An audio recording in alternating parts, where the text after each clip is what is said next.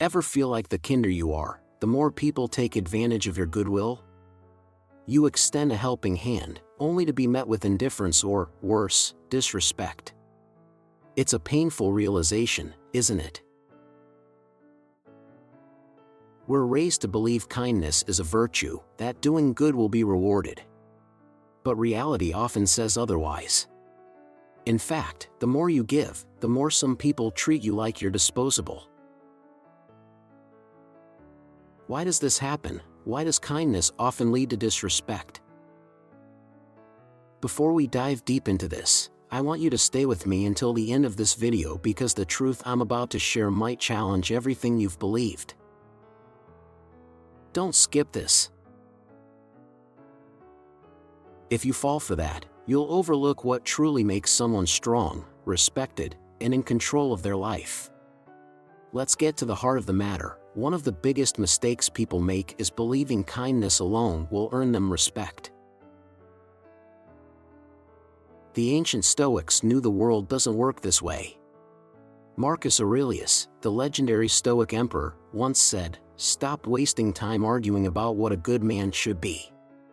Be one." He didn't say to be kind no matter what, he stressed the importance of being good. But being good isn't just about kindness, it's also about wisdom, strength, and self-respect. The issue with kindness is that, when given too easily, it can be perceived as weakness. Human nature has this flaw: people often don't value what comes too easily. That's why free advice is overlooked, and costly things are held in higher regard than those given for free. If you're always the one who says yes to everyone, giving without expecting anything in return, others start to think you have nothing else to do. They don't view your kindness as strength, they see it as a lack of boundaries. Seneca, another renowned Stoic philosopher, cautioned against blind generosity. He wrote, "He who spares the wicked harms the good." What does this mean? It means that when you show kindness to those who don't deserve it, you're not improving the world, you're making it worse. There are people who will exploit your kindness, and when you let them, you're not only harming yourself, you're also enabling them to become worse. Think about it. Have you ever invested your time and energy to help someone, only to realize they never truly valued it? Perhaps you put your own priorities aside to support someone who wouldn't do the same for you. This is the reality of kindness when it's given without wisdom. Kindness should be like a sword. A chained out sword is controlled, it is sharp, precise, and used with intention. A chain, however, can be pulled in any direction by anyone who grabs it. If your kindness is like a chain, others will use it to control you.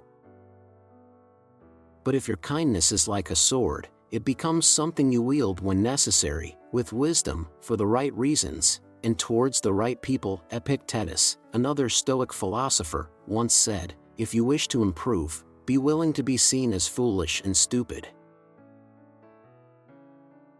At first, this may seem unrelated, but it's actually deeply connected. If you want to earn true respect, you must be willing to stop trying to prove yourself to everyone.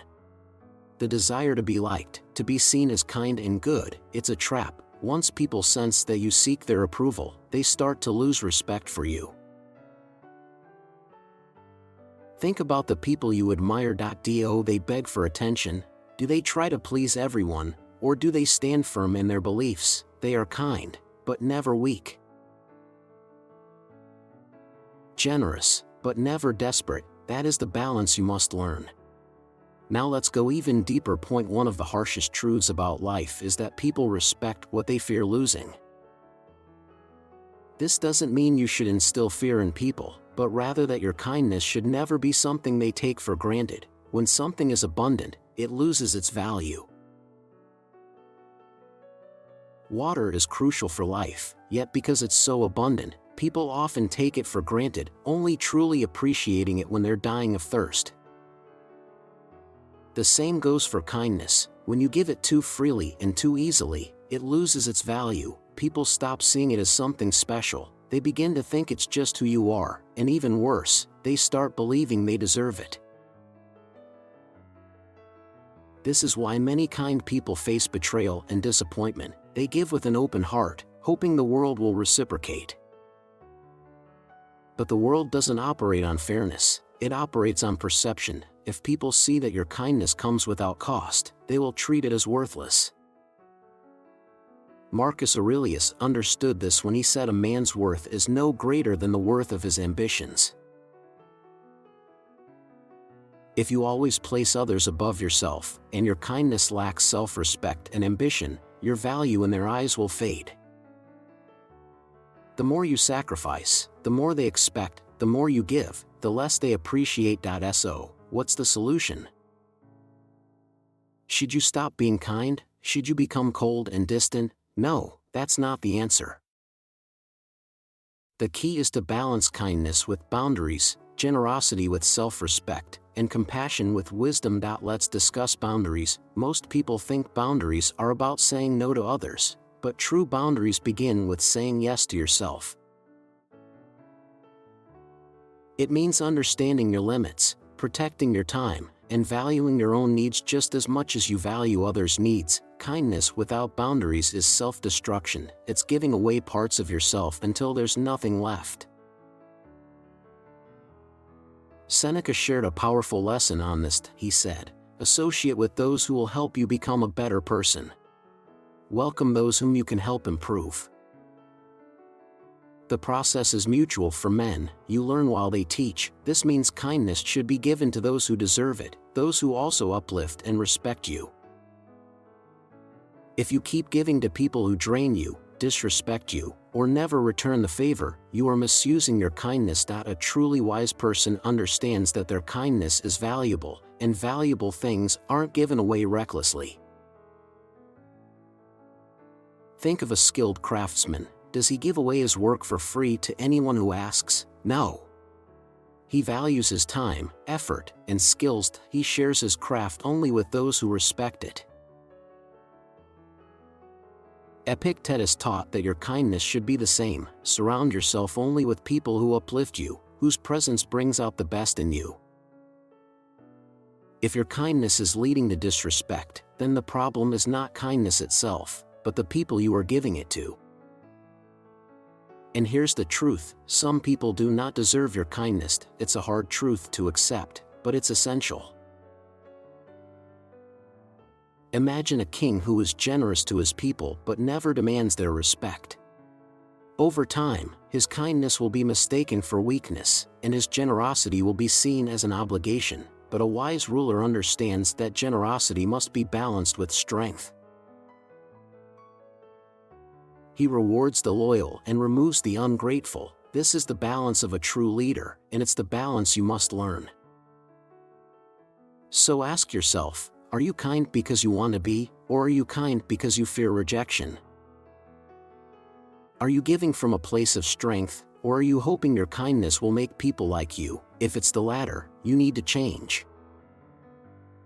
People can sense when kindness is genuine and when it stems from insecurity. They can tell when it's a choice and when it's a desperate attempt to gain approval, as Marcus Aurelius warned.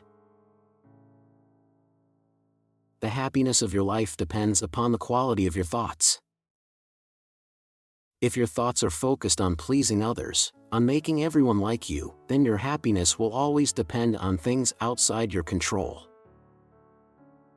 But if your thoughts are strong, if they are rooted in self-respect, then your kindness will no longer be a weakness, it will be a power. Kindness should be given, but it should never be assumed. Respect should be earned, not begged for. Above all, your kindness should foster your growth, not lead to your destruction. Now that we understand why excessive kindness often leads to disrespect, let's talk about how to change this pattern without losing your true nature. Here's the truth: you don't need to stop being kind. You just need to be kind in a way that commands respect, rather than invites exploitation. First, let's talk about self-respect. You may think that kindness and respect should naturally go hand in hand, but in reality, respect starts with how you treat yourself. If you treat yourself as someone whose time, energy, and emotions are worth protecting, others will follow your lead. But if you act as if your kindness has no limits, and that your needs don't matter, people will believe it. As Seneca wisely said, regard a friend as loyal, and you will make him loyal. The same applies to how others perceive you. If you view yourself as valuable, someone worthy of respect, others will begin to see you that way as well.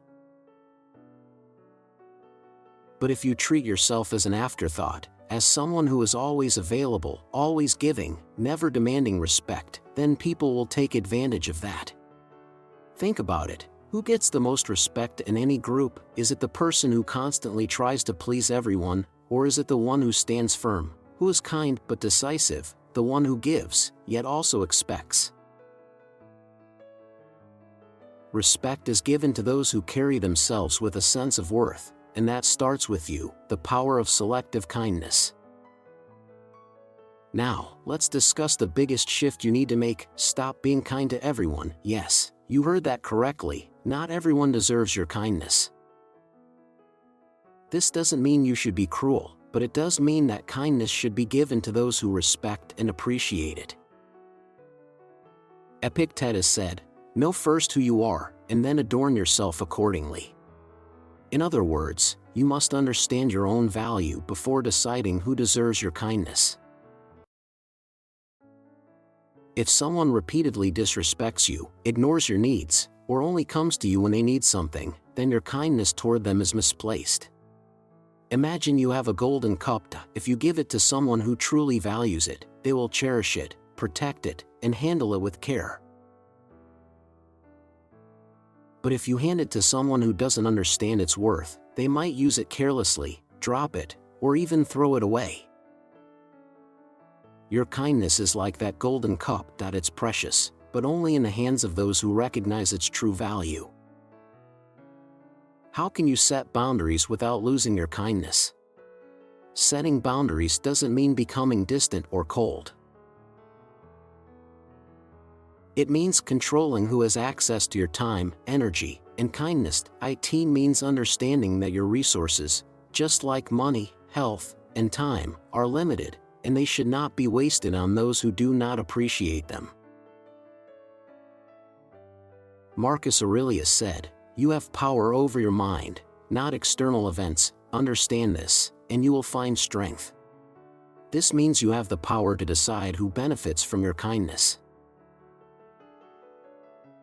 If someone constantly takes advantage of your generosity, step back. If someone disrespects you after you've been good to them, walk away.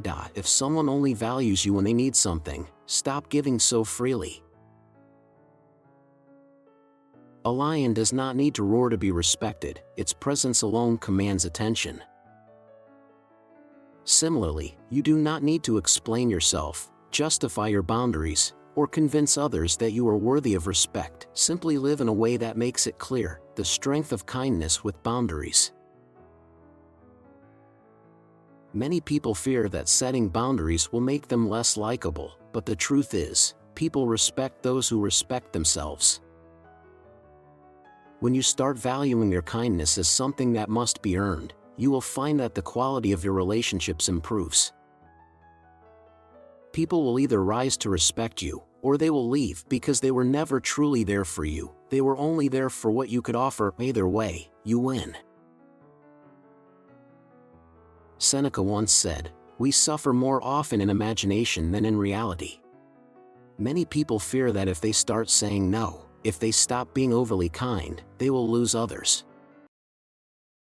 But what they fail to see is that the only people they will lose are the ones who were never real friends to begin with, the ones who only valued their ability to take from you. And here's where the real power lies.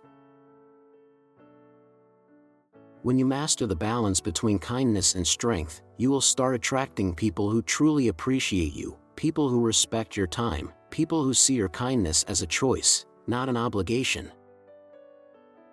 Becoming kind yet respected. At the end of the day, kindness is a gift, but only when given wisely.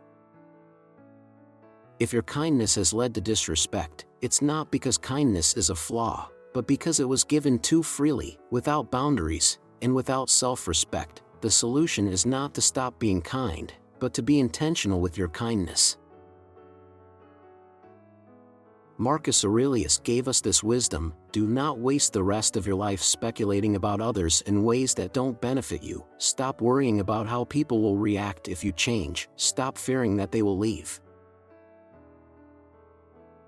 If someone only stays in your life because they can take advantage of your kindness, then losing them is not a loss, it is a gain.